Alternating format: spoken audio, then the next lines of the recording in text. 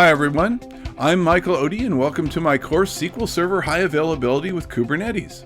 I'm a former SQL Server MVP, Technical Director for SQL Server Magazine, and the author of many technical books and hundreds of articles and webcasts.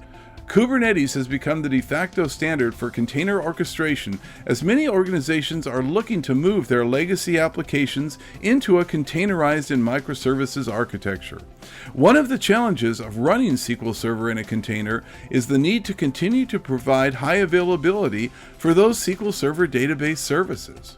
In this course, we're going to learn how you can deploy SQL Server on Kubernetes and have Kubernetes provide high availability for a 2-node SQL Server cluster, as well as a 3-node SQL Server always-on availability group.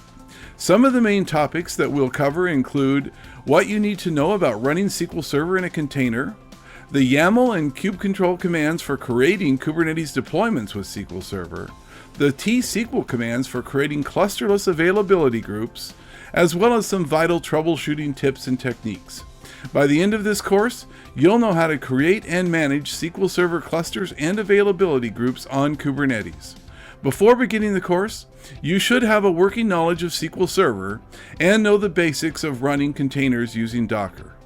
I hope you'll join me on this journey to learn how to run SQL Server on Kubernetes with the SQL Server High Availability with Kubernetes course here at Pluralsight.